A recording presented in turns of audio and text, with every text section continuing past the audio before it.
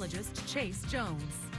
All right, so Goodfellow is here with the Honorary Commanders program, but come to find out we can't be part of it because we're in media, not because I was in the Navy. Now, another beautiful day, but cooler weather is on its way after one more heat wave makes its way through. Some light cloud cover and temperatures over the last 24 hours all the way down into those upper 60s, then a good run into those lower 90s, and by tonight, right back down into those upper 60s, but I promise you by Thursday, somewhere near those triple digits before we drop about 20 degrees into those 80s, 94 in San Angelo, or everybody else in a combination of mid to lower 90s.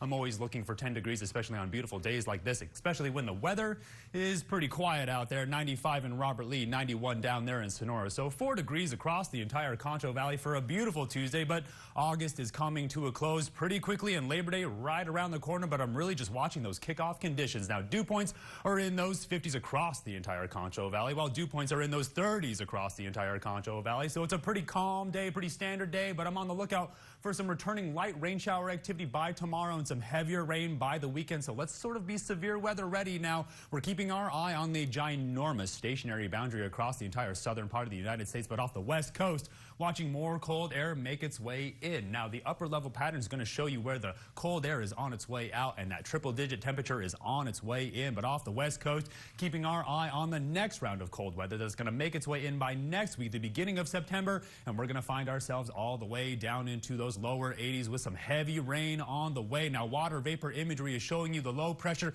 getting ready to form over across the west coast. You can see the circulation trying to get more organized, but you see the stationary boundary right behind it. Some pretty meridional flow or slower moving storms. So you start to see that jet stream sort of hook around the Rocky Mountains, dip around Kentucky, then make its way up off the east coast. And here we are in the Concho Valley, right on the tail end of it. Severe weather outlook finally calm, but down at the surface, getting a better idea of the wildfires still going strong off the west coast while monsoon season sets up across Arizona and parts of New Mexico. But here in the Concho Valley, just keeping our eye on the stream of moisture around Oklahoma with some light convection off towards the south. Here's the futurecast to keep our eye on some light rain shower activity that will return by Wednesday, around Thursday as well. But I run out of data as soon as we get closer. Here's Wednesday afternoon by about noon. Take a good look. By the time it's time to pick up the kids, going to see a little bit of rain shower activity make its way up towards the north, and then things calm down all the way until the weekend. But we keep our eye on some cooler weather that could return by Friday. So tonight, all the way back down into those upper 60s, but I bet you it gets cooler than that. Then tomorrow, a good run at those mid 90s, but I'm on the lookout for some light rain shower activity.